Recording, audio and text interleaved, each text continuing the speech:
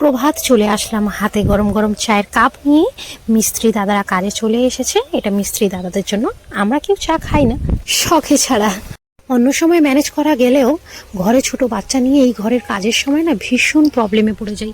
এখন ওর বাবা আছে তাই একটু নিশ্চিন্ত থাকলে একটু সাহায্য হয়, না হলে আমার তো। চলো মিস্ত্রি দাদাদের চা দিয়ে এসেছি, এবারে খাওয়ার ব্যবস্থা করে নিই। সকালবেলা আমার ভীষণ প্রিয় ঘুগনি। তোমরা কে কে এমন আছো গো আমার মতো এমন ঘুগনি লাভার? আসলাম দুটো বাটিতে গরম গরম ঘুগনি নিয়ে, আমার আর বড় মশাইয়ের জন্য। আমার বড় মা পড়ছে আর ছোট মা ঘুমাচ্ছে, তাই ওদেরকে এখন দেখতে পাচ্ছ না। জানি এখন আওয়াজ হচ্ছে, আমি যখন ভয়েস ওভার দিচ্ছিলাম আমার ছোট মা কোলে মামা করছিল। এরপর স্নান টান করে চলে আসলাম রান্না করতে। আজকের বিশেষ কিছু ঝামেলা নেই, ভেন্ডি আলু দিয়ে মাছের তরকারি করবো আর একটু শাক ভাজবো। আমার ছোটো মায়ের জন্য আলাদা তরকারি হয় বাটার দিয়ে, এত মশলা টশলা দিয়ে ও খায় না, এখন লবণও খায় না, খুবই অল্প খায়, সৈন্ধব লবণ। রান্নাটা বসেই ও রান্নাটা বসাবো। আজ অনেকদিন পরে ইউটিউবের জন্য ভিডিও বানাচ্ছি, একটু অসুবিধার কারণে ইউটিউবে ভিডিও দিতে পারছিলাম না।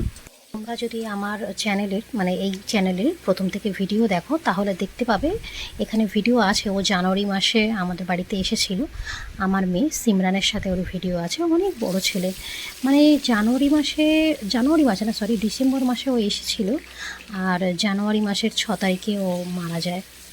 এইভাবে একটা তাজা প্রাণ চলে যাবে আমরা কেউই ভাবতে পারিনি। আমাদের সকলের কি বলবো স্বপ্নেরও অতীত আমরা কল্পনা করতে পারিনি।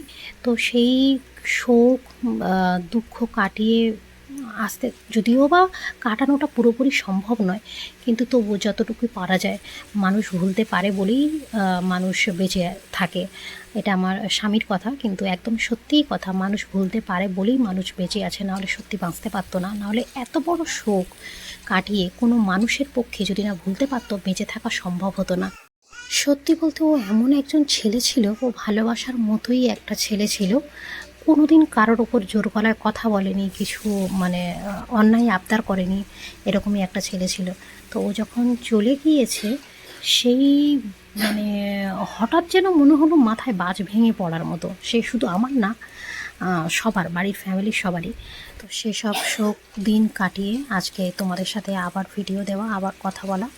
দিদির অবস্থা তো খুব একটা ভালো নেই, সাথে আমার মায়েরও। বুঝতেই পারছো সন্তানহারা মায়ের যে কী জ্বালা, সেটা একমাত্র মারাই বুঝবে।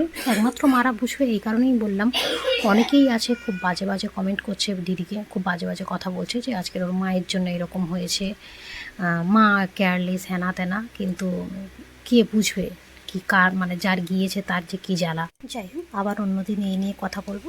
আজকের মতো টাটা। তোমাদের সাথে কথা বলতে বলতে আমার রান্নাও হয়ে গেল, এখন বাচ্চাদের খেতে দেবো। আর